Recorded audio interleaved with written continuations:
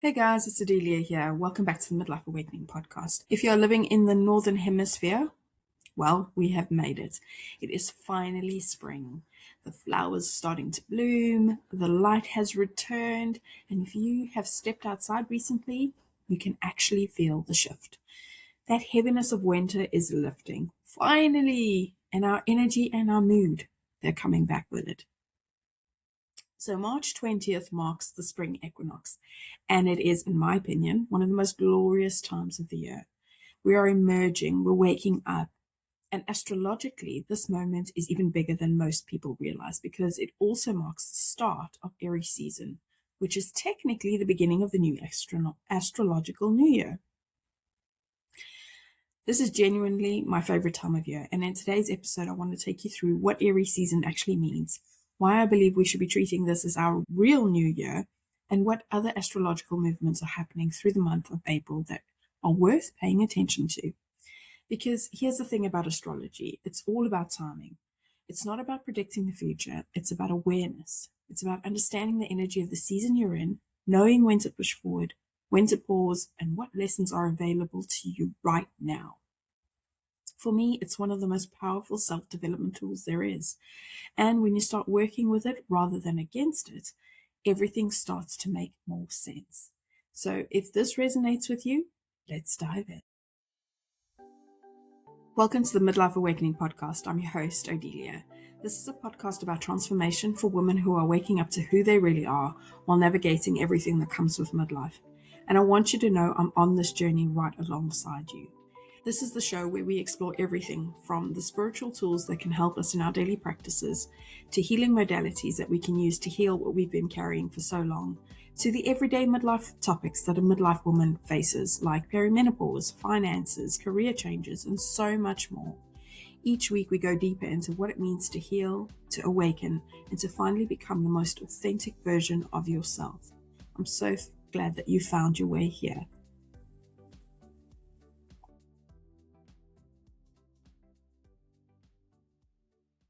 Hey guys, welcome back to the show. If this is your first time listening, then welcome to your midlife safe space. And if you're returning, it's good to have you back this week.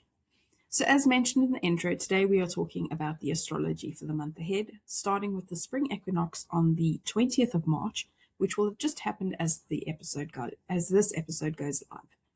So what is the spring equinox? Well, if we put this simply, it is when the day and night finally equalize. Now, if you're in the northern hemisphere like me, it means that we are finally coming out of winter and going into spring. If you're in the southern hemisphere, the energy is going to feel different because you are going from the warmth of your summer into autumn, and it will be your autumn equinox. But in this episode, I will be talking about the spring equinox because that's most relevant for me. So we're already starting to see this transition from winter to spring. As the weather has started to warm up, the tulips and the daffodils are blooming, the color is returning. Personally, I absolutely love spring. Can you tell? It is my favorite time of year, but what does this mean for us? Not just from a weather and a daylight perspective. Well, if you go back to the episode that I did in January about the new year, you will remember I talked about not doing New Year's resolutions because it made no sense. And if you didn't listen to that episode, go back and have a listen because this will all then make sense. If you follow nature, which is what we should actually be doing, it's not a time to start anything new. You are still in the depths of winter, and there is a reason why most resolutions fail, in my opinion anyway. One is that it's really hard to start any new habit, period.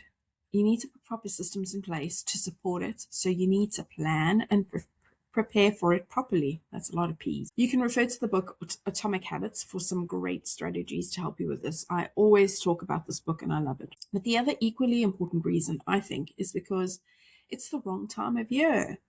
You don't see any of the animals coming out of hibernation in January. No, they're still hibernating because it's still winter. So why do we do this to ourselves? We are setting ourselves up for failure. But if you did set New Year's resolutions in January and you have stuck with it, well done. But most people haven't. Now, if you go back to that episode, what you can do between January and now is start thinking about what new habits you want to adopt in the new year, or what you would like to focus on, and start laying the groundwork and doing the preparation for it during this time. Now, why do I say all of this? Well, it leads me into my next topic of what is happening astrologically. We enter Aries season on the 20th of March. Aries is the first sign of the zodiac, and this is considered the start of the new astrological year. Aries is all about energy. He is the initiator and the pioneer. So during Aries season, which runs from the 20th of March to the 19th of April, we're going to feel like we have more energy, and we can capitalize on this energy to support whatever resolution we want to set for the new year. Now, I'm not saying that you will stick with it purely because of the energy, but it is supportive. And make sure to also put in place the systems that will give you the best chance of success. So don't just rely purely on the energy. You've got to take it back to what are you putting in place to help you succeed. What's that saying? If you fail to plan, you plan to fail, right? So a little bit of that too. Next, we have Venus that will be activated by the asteroid Chiron. Now, Venus represents love, beauty, self-worth, and our money, whereas Chiron represents our wounds. When these two come together in the sky, it can mean it's a wonderful opportunity to heal our wounds around self-worth and our relationship with money. This is happening around March 26th, so maybe you want to put a reminder in your calendar to do some journaling around that time on some of these topics. It's also a great time to relook at your values and whether you're still living in alignment with them, or if they're even still relevant for you anymore. A great book to reference on values is The Values Factor by John DeMartini. It's a really great book if you want to relook at your values. Now, on March 30th, Venus will then enter the sign of Taurus, and she loves it being in Taurus. She rules Taurus, so you may feel the energy that is focused on pleasure, luxury, sensuality. This is supportive for boosting romance if you're in a relationship with someone. And if you're not in a relationship, you may just be feeling more beautiful than usual. Maybe you feel the urge to splurge on buying something pretty for yourself, getting your hair done, or just treating yourself to something sensual like a massage or a facial. This is also a great time for financial opportunities. So if you're looking for ways to increase your wealth, this is a great time to put yourself out there. This period will last until April 19th, with the most auspicious day for financial opportunities or anything that you want to expand being April 13th, when she sextiles Jupiter. So mark those dates in the calendar if any of that resonates for you or what you'd like to focus on for the month. Now, throughout March and April, we also have Saturn in Aries. This transit began in February and will last for 2.5 years, but it's amplified this month because of the sun being in Aries this month. And the sun tends to illuminate wherever it is. Now, Saturn doesn't like to be in Aries because Saturn is a grounded, mature, and disciplined energy. Saturn loves to build over time, whereas Aries is fast-moving, it's courageous, and it's an initiating energy, always getting new ideas. And it doesn't have time to build anything because it just wants to go, go, go. So it can feel very uncomfortable when you've got these two combined. So how can you work with these two together so that you can get the maximum from this energy? Well, you can use the Saturn energy to build and ground new routines that you want to create, because Saturn loves routines. And you use the Aries energy to be courageous and actually action what it is that you want to start. So if you want to start running, for example, you can use Saturn to build a running schedule that is doable and safe for you, that you can build over time. And the Aries is what you will get you going with it, right? He is the motivator. Now, Aries will want you to start running 5K today, but Saturn says, no, let's follow the couch to 5K routine so that we can be running 5K in a few weeks and we can build ourselves up to it. So this is also the watch out for the Aries energy. It can be very impulsive, but if you use that Saturn energy to pull it back and ground it, that's when you can see the biggest benefits. The other major planet that we currently have in Aries is Neptune, and this is the energy that we can use to create the goals that we want to achieve. Neptune is the dreamer, the creative, and the healer. So again, a great time to start thinking about what you want to manifest. Maybe you have a creative project that you want to get off the ground. Now is the best time. Or maybe you're just feeling more creative during this period. This would also be a good time to focus on healing by creating grounding daily practices for yourselves. If you haven't done a vision board yet, then this is a good time to do it. Be bold with your dreams and courageous. Then take it a step further and start thinking and writing down how you can achieve them with actionable, aligned steps. Can you see here we're using the combination of the Saturn energy and the Neptune in Aries. So you are building your dream life. Now, between the 22nd and the 25th of March, we have the sun that's coming along. And as I said before, she is illuminating both of these planets, which will give them more energy. So again, a great time to be starting anything new. Just sticking to what I said about making sure that you don't get caught up in the impulsivity of Aries, but to ground what you want to do, build it over time, and set goals for what you want to achieve. This is really where you can feel the energy to take action on your dreams and build structure around achieving them in a way that is sustainable. The watch out again for this energy is to be careful of feeling confused or deceived. Sometimes when you have that awareness that this can happen, it does help to prevent it. Now, what else is happening this month that we can capitalize on? Here are a few things. So Mercury finally goes direct on March 20th.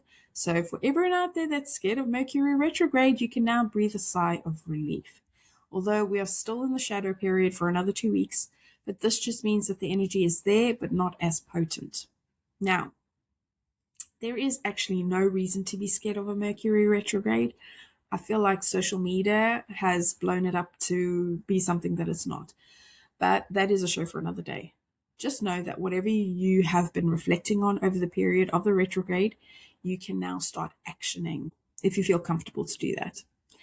Really, that is all a Mercury retrograde is. It's a time to reflect, to redo, review whatever it is you're working on, or any relationship that has been highlighted and needs a on it. So anything like redo, review, those are the themes for Mercury retrograde. Next, we have the first full moon in Libra happening on the 2nd of April. So taking this back a beat, we just had the new moon in Pisces on the 18th or 19th of March, depending on where you are in the world.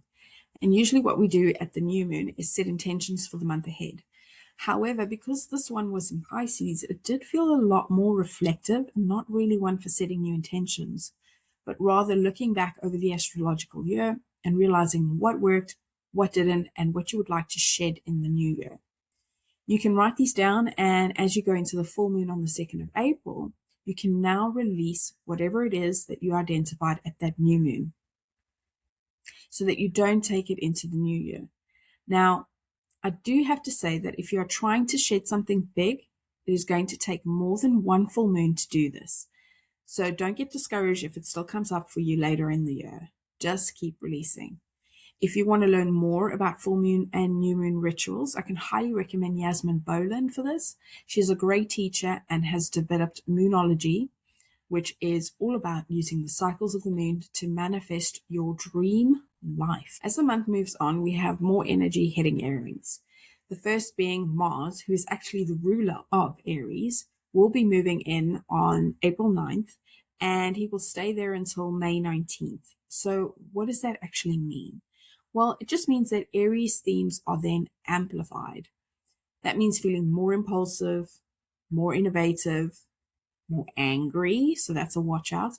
And this energy is great for wanting to start something new or pushing forward with a project. The downside is that you will probably find it harder to feel grounded, especially between April 13th and April 20th, when he connects with Saturn and Neptune that we've talked about earlier. So tread a little bit cautiously in terms of being impulsive or acting on decisions that may not be clear or confusing. But equally, if you do the work earlier in the month around setting the groundwork, by the time you get here, it could feel like you have extra energy and momentum to achieve whatever it is that you've been working on since late March. See, this is the beauty of astrology. We can map out what could potentially be happening in the month and use the energy to help us, or at least to be aware of any challenges that may come up.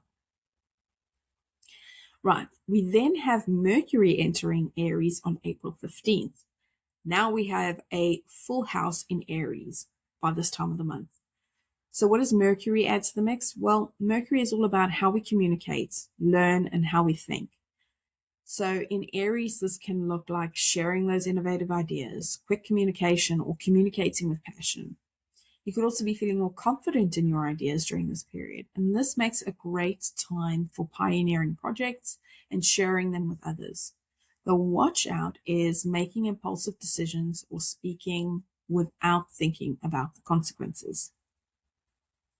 Lastly, we round off Aries season with the first new moon of the astrological season, and it is in the sign of Aries. You guessed it. A lot of Aries energy this month. And so by this point, you will probably be feeling like you have been focused so much on yourself for the last month, and there's nothing wrong with that. Aries is all about the self, but in a good way. It's about developing the self and self growth, which we all need. But when we get to the Aries new moon on April 17th, this is now about looking at how far we've come, maybe working on our self-worth, our self-love, our appearance. Maybe you want to now lose weight, or you want to start eating healthy, start taking care of yourself. These are all the type of themes that you'll be looking at the new moon. So working on yourself for the next upcoming month between the new moon and the next full moon, which will happen in May, I think. Yes. And so lean into that and give yourself some attention. It's okay to be focused on yourself during this time, because you're going to be bringing your best self back to the table at the end of this. This is a great time to start setting your new moon intentions at this new moon, and that's what you're going to work on between, as I said, between the new moon and the full moon. That is what you'll be working on. And when you get to the next full moon, you are going to release it to the universe and let the universe bring you the rewards. It might be also a good time to, if there's a creative project that you want to start, you can set the intentions for that. That is the astrological lineup for the month. I hope that you have enjoyed this episode and that you've marked some important dates in your calendar. As the month progresses, please do reach out and let me know how it goes. If this has helped you capitalize on the energies of the month, what has happened, what's worked, what hasn't worked. And as usual, if you enjoyed this episode, please like, share, and comment. You know what to do. If you could take a moment right now to rate and review the show, I would be so, so grateful, as this helps the podcast get out to more beautiful women that need it. If you enjoy my content, then please head over to my Substack, where you can sign up for my newsletter and get loads of free content. Yes, I said free. You can also join us in the book club, where we are focusing on a great book this month that actually encompasses everything that we've talked about in today's show.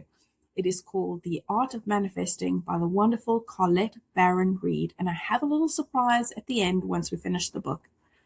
Now, I'm going to sign off a little differently today. I recently read an amazing book called Sit With Me, and it is written by a wonderful author, Onika May. I had the privilege of interviewing Onika recently and was introduced to a new concept called meta. Stay tuned for the episode with her interview that will be coming up soon. But taking from that and what I learned, I would like to end today with saying to you all, may you be well, may you be happy, may you awaken with your heart and your soul to be your most authentic self. Till next week, bye for now.